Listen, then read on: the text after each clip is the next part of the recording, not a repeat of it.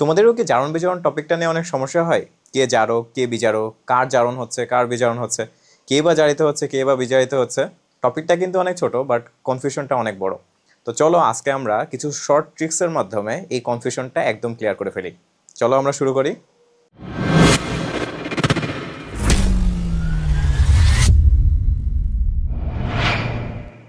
তো জারণ বিজারণ বিক্রিয়া কাকে বলে? জারণ বিজারণ বিক্রিয়া হলো সেই বিক্রিয়া যেটার ইলেকট্রন আদান প্রদান হয়। যেমন তুমি মনে করো একজন বিক্রিয়ক আছে, সে একটা ইলেকট্রন দান করলো, আরেকজন বিক্রিয়ক ওই ইলেকট্রনটা গ্রহণ করলো। এই যে দুইজনের মধ্যে যে বিক্রিয়াটা হলো বা ইলেকট্রনের আদান প্রদানের মাধ্যমে যে বিক্রিয়াটা হলো, সেটাকে আমরা কি বলি? সেটাকে আমরা বলি জারণ বিজারণ বিক্রিয়া। তো চলো আমরা একটা কেমিক্যাল রিয়াকশনের মাধ্যমে জারণ বিজারণের ভিতর যে কে জারণ হচ্ছে, কার বিজারণ হচ্ছে, কে জারিত হচ্ছে, কে বিজারিত হচ্ছে, এই সব কিছু আমরা দেখে নিই। তো চলো আমরা শুরু করি। তো একটা কেমিক্যাল রিয়াকশনের মাধ্যমে আমরা এই জিনিসটা দেখার ট্রাই করি। দেখো যে আমাদের এখানে জিঙ্ক প্লাস কপার সালফেট মিলে জিঙ্ক সালফেট প্লাস কপার হয়েছে। তো আমাদের জারণ বিজারণের জন্য একটা কথা মাথায় রাখতে হবে, যদি আমাদের জারণ মানের অবস্থা ভালো হয় তখন আমরা কি বলবো? তখন হয়েছে জারণ।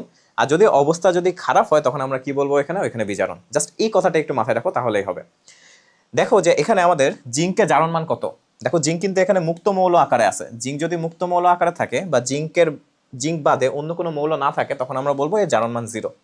কপার এখানে কত আছে? দেখো সালফেট আয়ন আছে। সালফেট আয়নের কিন্তু জারণ মান আমরা জানি 2-, তাহলে এটা কত হবে? এটা হবে 2+। এখন দেখো জিঙ্ক সালফেট এখানে কত আছে? এখানে কিন্তু সালফেট এটা একটা যৌগ আকারে আছে কিন্তু, তাহলে এখানে সালফেটের কত? 2-, আর এটা আছে 2+। 2+ আর 2- মিলে এটা একটা নিরপেক্ষ কম্পাউন্ড ক্রিয়েট করেছে। এখন দেখো যে কপারে এখানে কত আছে? কপার কিন্তু এখানে মুক্ত অবস্থায় আছে, তার মানে এটা কত? এটা হলো তোমার 0। এখন আমরা জাস্ট এটা দেখবো যে কার ভালো অবস্থা হয়েছে আর কার খারাপ অবস্থা হয়েছে। তাহলে তুমি দেখো যে জিঙ্ক 0 থেকে এটা কোথায় গেছে? 2+। দেখো তো একটা জিনিস 0 থেকে যদি 2+-এ যায়, তাহলে এটা কি ভালো অবস্থা নাকি খারাপ অবস্থা? অবশ্যই ভালো অবস্থা। তাহলে আমরা এটা বলবো যে এখানে আর কি জারণ হয়েছে। এটা হয়েছে জারণ। তার মানে আমাদের জিঙ্কের কি হয়েছে? জারণ হয়েছে। আচ্ছা, এরপর আমরা যেটা দেখব যে আমাদের কপারের কথা একটু ভাবি। দেখো 2+ থেকে 0-তে গেছে। তো 2+ থেকে যদি একটা জিনিস 0-তে যায়, তাহলে তোমার কি হচ্ছে? দেখো তো 2+ ছিল, দেন ওইটা গেছে 0-তে, তার মানে কি ওর ডিমোশন হয়েছে না? ডিমোশন মানে কি? খারাপ অবস্থা হয়েছে, তার মানে এটার কি হবে? এটার হবে বিজারণ। এটা হবে বিজারণ। আচ্ছা, তার মানে এটার হচ্ছে বিজারণ। এটা আমরা একবারে শিখে ফেললাম। এখন কথা হচ্ছে আমাদের এখানে একটা কোশ্চেন আসে যে কে জারক, কে বিজারক, কে বা জারিত হচ্ছে, কে বা বিজারিত হচ্ছে। তো দেখো আমরা যদি একটু খেয়াল করি, আমাদের একটা কথা একটু মাথায় রাখতে হবে। যদি আমাদের জারণ বিক্রিয়ায় যে অংশগ্রহণ করে তাকে আমরা কি বলি? তাকে আমরা বলি বিজারক। এই কথাটা একটু ভালো করে মাথায় রাখো। জারণ বিক্রিয়ায় যে অংশগ্রহণ করে তাকে আমরা বলি বিজারক। এখন কথা হচ্ছে যে বিজারক আমরা এখানে লিখলাম, তাহলে জারককে? জারক হলো, দেখো যে বিজারণ বিক্রিয়ায় অংশ করবে সে হবে জারক। তার মানে আমি যদি বলি যে বিজারক আর জারক এই দুইটা কিন্তু বিক্রিয়কের পাশে হবে, এটা কিন্তু কখনোই উৎপাদের পাশে হবে না। এই কথাটা একটু মাথায় রেখো যে এই জারক বা বিজারক এটা শুধু বিক্রিয়কের দিকে আমরা লিখব। এবার আমাদের আরেকটা কোশ্চেন যে কে জারিত হচ্ছে, কে বিজারিত হচ্ছে। তো তুমি সবসময় মাথায় রাখো যে জারণ একটা কি? জারণ একটা প্রসেস বা প্রক্রিয়া। এই প্রক্রিয়ার ফল কি? এই প্রক্রিয়ার ফল হলো জারিত হওয়া। এই প্রক্রিয়ার ফল কি? জারিত হওয়া। এবার বিজারণ কি? বিজারণ একটা প্রসেস। এই প্রসেসের ফল কি? এই প্রসেসের ফল হলো বিজারিত হওয়া। তাহলে এখন যদি আমি তোমাকে বলি যে কে জারিত হচ্ছে, কে বিজারিত হচ্ছে, আমরা কিভাবে বুঝবো? আমরা বুঝবো যে আমাদের বিজারণ বিক্রিয়া কার হচ্ছে? কপার সালফেটের হচ্ছে। তাহলে এই যে কপার 2+ যেটা আছে সেটা হলো জারক আছে। তো এটা যদি জারক হয়, এর প্রসেসটা কি? এর প্রসেসটা হলো বিজারণ। বিজারণ মানে কি? বিজারিত হওয়া। তার মানে এখানে কপার 2+ যেটা হচ্ছে সেটা হলো তোমার বিজারিত হচ্ছে। ঠিক আছে? আচ্ছা, এখন হলো আমাদের জিঙ্ক যেটা হচ্ছে, জিঙ্কের প্রসেসটা কি হচ্ছে? জারণ। তাহলে আমরা বলতে পারবো যে জারণ প্রসেস মানে কি? জারিত হওয়া। তার মানে জিঙ্কের কি হচ্ছে? জারিত হচ্ছে জিঙ্ক। তার মানে এই জিনিসটা আমাদের ক্লিয়ার হয়েছে আশা করি। এখন আমরা আরেকটা বিক্রিয়াতে চলে যাই। দেখো যে আমাদের ঢাকা ইউনিভার্সিটি 15-16 আর জাহাঙ্গীরনগর 16-17-তে এসছে এই কোশ্চেনটা যে SnCl2 প্লাস 2 মোল FeCl3 আছে, এখান থেকে SnCl4 plus 2 mole of FeCl2 আছে। এখন আমাদের বলছে যে নিচের বিক্রিয়ায় কোনটা সত্য? Sn জারিত হয়েছে, Fe জারিত হয়েছে, ক্লোরিন জারিত হয়েছে নাকি ক্লোরিন বিজারিত হয়েছে? এই জিনিসটা আমাদেরকে বলছে। তো আমি একটু পজ দিলাম বা তোমরা একটু পজ করে তুমি এই জিনিসটা একটু সলভ করার নিজেরা ট্রাই করো। আচ্ছা, এবার আমি একটু এটার অ্যান্সারটা করি। দেখো যে এসএন এর আমাদের জারণ মান লিখতে হবে 2+ এখানে, কারণ কি ক্লোরিন দুইটা এটার সাথে যুক্ত হয়েছে, তার মানে এর জারণ মান কত 2+ আছে এখানে। এখানে দেখো ফেরাম যেটা আছে, ফেরামের কিন্তু যোজনী কোথায় আছে, এখানে আছে না, তাহলে তার জারণ মানও এখান থেকে আমরা পাবো যে Fe+3।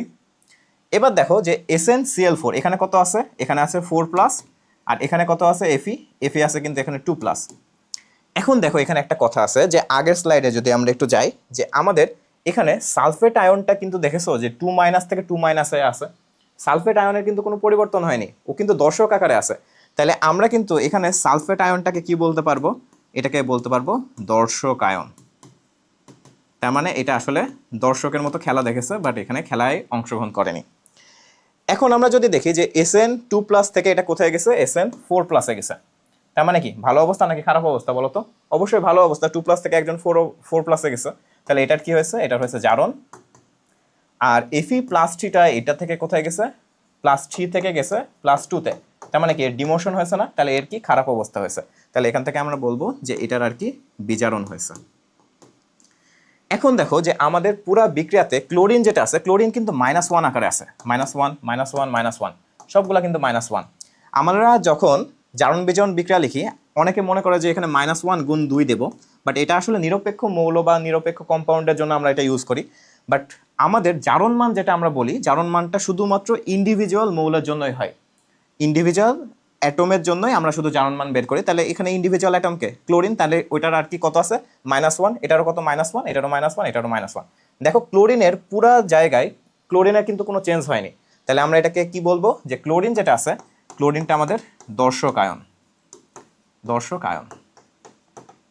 এখন আমরা যদি একটু অপশনগুলো দেখি, আমাদেরকে বলছে যে Sn জারিত হয়েছে। দেখো তো জারণ প্রক্রিয়ায় কি হয় বলতো, জারণ প্রক্রিয়ায় হয় জারিত, জারিত হয়। আর বিজারণ প্রক্রিয়ায় কি হয়, বিজারিত হয়, তাই না? এখন কথা হচ্ছে যে Sn যেটা আছে সেটা কি জারিত হয়েছে, 2+ থেকে 4+ গেছে, তার মানে কি জারণ। তাহলে আমরা বলতে পারবো না যে Snটাই জারিত হয়েছে, হ্যাঁ? তাহলে আমাদের প্রথমটাই অ্যান্সারটাই রাইট। এখন আমি যদি বাকি অ্যান্সারগুলো দেখি, দেখো যে ফেরামের কি জারিত হয়েছে, ফেরাম দেখো +3 থেকে হলো তোমার 2+ গেছে, বিজারণ। প্রক্রিয়া যদি বিজারণ হয় তাহলে এটার কি প্রক্রিয়ার ফলটা কি বিজারিত হওয়া, তার মানে Fe কি হয়েছে, বিজারিত হয়েছে। এখন ক্লোরিন জারিত হয়েছে না, ক্লোরিন তো দর্শক আয়ন, ওর কিছুই হয়নি। তারপর ক্লোরিন বিজারিত হয়েছে না, ক্লোরিনের বিজারিত হয়নি। তাহলে এখান থেকে আমরা আশা করি যে কোনো জারণ বিজারণ বিক্রিয়া এই শর্টকাট টেকনিকের মাধ্যমে এই জিনিসটা আমরা বুঝতে পারবো যে কার জারণ হচ্ছে কার বিজারণ হচ্ছে। আমাদের জাস্ট দেখতে হবে যে কোনটা ভালো অবস্থা হয়েছে, কার খারাপ অবস্থা হয়েছে। তো তোমাদের জন্য আমি একটা SW দিচ্ছি, তোমরা একটু SW করে কমেন্টে একটু জানিয়ে দিও। তো আশা করি জারণ বিজারণ নিয়ে আর কোনো তোমাদের সমস্যা থাকবে না। সবাইকে অনেক ধন্যবাদ, তোমরা এই জিনিসটা একটু কমেন্টে জানিয়ে দিও।